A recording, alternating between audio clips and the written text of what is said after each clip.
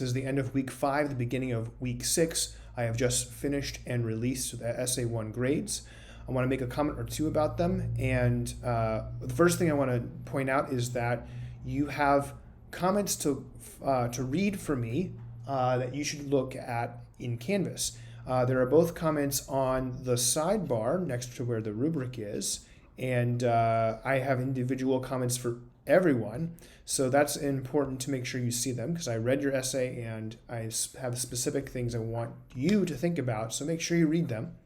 I also have some annotations in most of your essays where I make little comments on specific things. So make sure that you see both of them. I don't think you'll see the annotations in an email. You might get these in an email. But look at the rubric, my comments, and my annotations as you review what worked and what didn't work on your first close reading paper. The average essay grade for Essay 1 was an 84 with a pretty even distribution between A's, B's, and C's.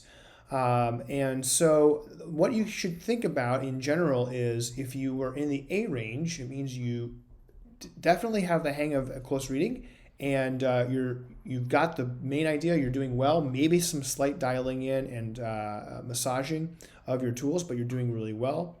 If you're in the B range, you have okay, and you've started to get the idea of the close reading analysis approach, but maybe just in a simple way or just in a beginner level, and you need to raise it to more of an intermediate level and get more detailed and nuanced going forward.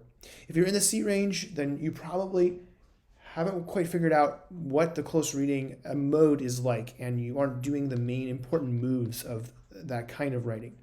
And I try to help you in the comments, but especially if you're in C, maybe in B, please take a look at some example essays that I'm going to post in the next day or so that you can look at to get an idea of what does a close reading paper look like, and that might help guide your thinking and your writing on the next one.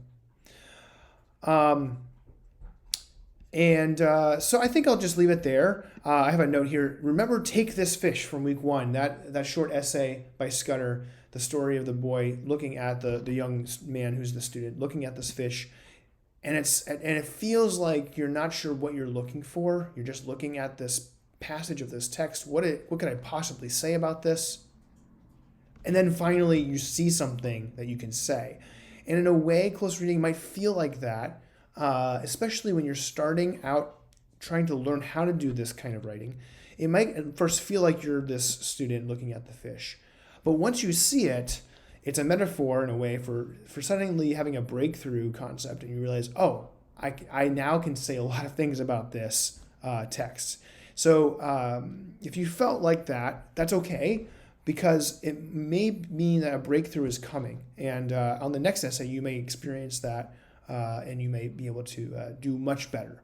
So there's a sort of leap upward that might be on the threshold for you. And if you can make that leap, then your score will likely go up quickly on the next essay. So don't be discouraged if you were on the lower end. That means you got to think about it a little bit differently than you're doing it this time. But if you do, you may find results are improve quickly.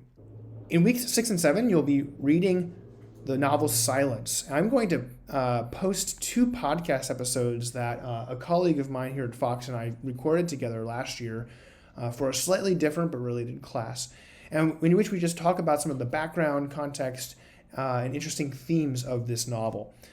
So you might check that out. It's optional, but you might find it interesting, and it might help your reading experience as you think about what's going on in this novel, what are some of the main compelling questions and themes that are being developed.